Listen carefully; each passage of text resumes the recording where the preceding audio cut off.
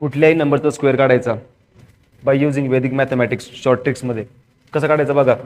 मी ते तुम्हाला एक्सप्लेनेशन दिलेलं थोडंसं.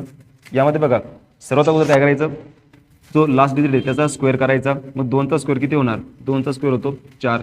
बघा 2चा स्क्वेअर पहिली स्टेप, 2चा स्क्वेअर 4. त्यानंतर या दोघांचा करायचा मल्टिप्लाय, 7 आणि 2 यांचा काय करायचा मल्टिप्लाय.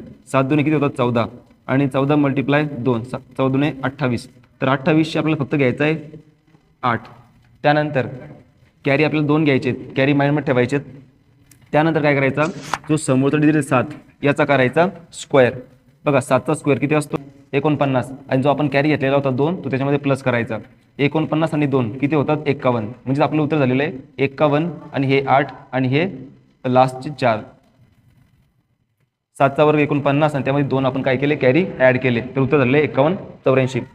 त्याप्रमाणे 65चा वर्ग करायचा. शेवटी जर 5 असतील तर याचा वर्ग करणे खूप सोपे असते. 5चा वर्ग लिहून घ्यायचा डायरेक्टली 25 आणि समोर जो 6 आहे 6च्या समोरची संख्या 7, 6 आणि 7 यांचा करायचा मल्टिप्लाय. 6 7 किती होतात 42.